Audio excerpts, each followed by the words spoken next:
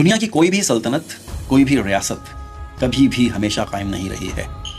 میں مثال دے کے سمجھاتا ہوں۔ رومی سلطنت آئی، پورے یورپ اور مڈل ایسٹ پر چھا گئی، پھیل گئی، لیکن پھر ٹوٹ گئی۔ پھر منگول آئے، آدھی دنیا انہوں نے فتح کر لی، ہر جگہ گھس جاتے تھے، لیکن چند نسلوں کے بعد ہی نا ان کی سلطنت مختلف ریاستوں میں تقسیم ہوتی چلی گئی۔ پھر آئے بھائی عثمانی سلطنت، 600 سال تک 3 بڑے بڑے بر اعظموں پر نا انہوں نے حکومت کی، لیکن آج اس کی جگہ مختلف قسم کے آزاد ممالک موجود ہیں۔ ہمارا ٹرکی اس میں موجود ہے۔ پھر برطانوی سلطنت آئی، کیا کہا جاتا ہے؟ برطانوی سلطنت کا سورج کبھی غروب نہیں ہوتا تھا۔ یہ کوئی چھوٹی بات نہیں ہے۔ ایک وقت تھا نا جب ہندوستان، پاکستان، بنگلہ دیش، امریکہ، کینیڈا، آسٹریلیا، نیوزی لینڈ اور افریقہ کے بڑے بڑے حصے برطانیہ کے زیر اثر تھے۔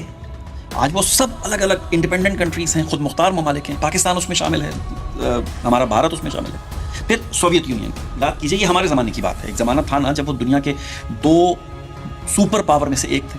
70 سال تک 15 مختلف جمہوریتیں ایک ہی پرچم کے نیچے تھیں، ایک ہی فوج، ایک ہی مرکزی حکومت، ایک ہی پاسپورٹ پر پوری دنیا میں سفر کرتے تھے۔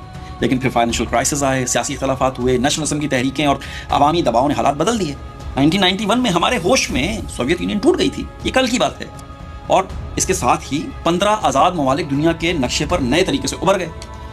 روس تھا، یوکرائن تھا، بیلاروس تھا، جتنے یہ ہمارے تان ہیں، Kazakhstan, Uzbekistan, Turkmenistan, Tajikistan, Azerbaijan, Latvia, اس کے علاوہ اور 3-4 اس طرح کے ممالک تھے، میرے نام ذہن میں نہیں آ رہے۔ کل تک یہ سب ایک ہی ملک تھے، لیکن آج ہر ایک اپنی الگ حکومت، الگ آئین اور الگ جھنڈا یونائٹڈ نیشن میں انڈیپینڈنٹ سیٹ رکھتا ہے۔ اب آ جائیں آپ اصل مقصد کی طرف جو میری تقریر کا ہے۔ کشمیر 80 سال گزر گئے، چھوٹی بات نہیں ہے، 80 سال۔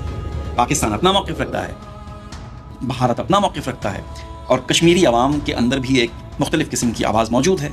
کچھ پاکستان کے ساتھ جانا چاہتے ہیں، کچھ بھارت کے ساتھ رہنا چاہتے ہیں، اور کچھ ایک آزاد اور انڈیپینڈنٹ کشمیر کی بات کر رہے ہیں، خود مختار۔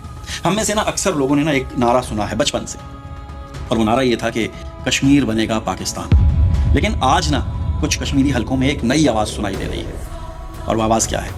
ہمیں ایک آزاد کشمیر چاہیے ہے۔ یہ آواز کیوں پیدا ہوئی؟ اس کے پیچھے کون سے تجربات ہیں، کون سی مایوسیاں ہیں، کون سے سیاسی یا سماجی عوامل شامل ہیں؟ یہ سوال پوچھنا بہت ضروری ہے صاحب۔ میں یہ نہیں کہہ رہا ہوں کہ کشمیر لازماً آزاد ہو جائے، میں یہ بھی نہیں کہہ رہا ہوں کہ اسے پاکستان یا بھارت کا لازماً حصہ ہونا چاہیے یا نہیں ہونا چاہیے، یہ میری رائے نہیں ہے۔ میں صرف تاریخ کی طرف اشارہ کر کے آپ کو سمجھانے کی کوشش کر رہا ہوں۔ اگر رومی سلطنت بدل سکتی ہے، اگر عثمانی سلطنت ختم ہو سکتی ہے، اگر برطانوی سلطنت بکھر کے ریزہ ہو سکتی ہے اور چھوٹی سی جگہ پہ ایک جزیرے پہ آ کے رہ سکتی ہے، تو پھر اگر سوویت یونین جیسی سپر پاور 15 ممالک میں تقسیم ہو سکتی ہے، تو کیا یہ کہنا غلط ہوگا کہ دنیا کی جو سیاسی سرحدیں ہیں ہمیشہ ایک جیسی نہیں رہتی ہیں؟ یہ ایک سوال ہے، یہ میرا کوئی فیصلہ نہیں ہے۔ اور شاید سب سے بڑا سوال یہ ہے کہ اگر دنیا جمہوریت پر یقین رکھتی ہے، اگر حق خود ارادیت ایک عالمی اصول ہے جو ہم بچپن سے سنتے آئے ہیں، تو پھر کشمیر کے بارے میں آخر فیصلہ کرے گا کون؟ اسلام آباد، دہلی، یا پھر وہ لوگ جو نسلوں سے اس تنازع کی قیمت ادا کرتے آئے ہیں؟ میں کسی نتیجے پر نہیں لا رہا ہوں، میں صرف اتنا بتا رہا ہوں یا کہہ رہا ہوں کہ تاریخ نے نا ہمیشہ ایک سبق ضرور دیا ہے، اور سبق یہ ہے کہ سلطنتیں ہمیشہ نہیں رہتی ہیں، سرحدیں بھی ہمیشہ ایک جیسی نہیں رہتی ہیں۔ لیکن یہ بھی تاریخ ہی بتاتی ہے کہ ہر تبدیلی کا جو راستہ ہے نا وہ امن سے، ڈائلاگ سے، مکالمہ اور عوام کی رائے سے گزرے نا تو اس کے نتائج زیادہ پائیدار ہوتے ہیں۔ اس لیے شاید کشمیر کے بارے میں اصل سوال یہ نہیں ہے کہ وہ کس کا ہوگا، اس کا اصل سوال یہ ہے کہ اس کے مستقبل کا فیصلہ آخر کرے گا کون؟ میں اور آپ، پاکستان یا بھارت، یونائٹڈ نیشن، یا پھر کشمیر کی عوام خود؟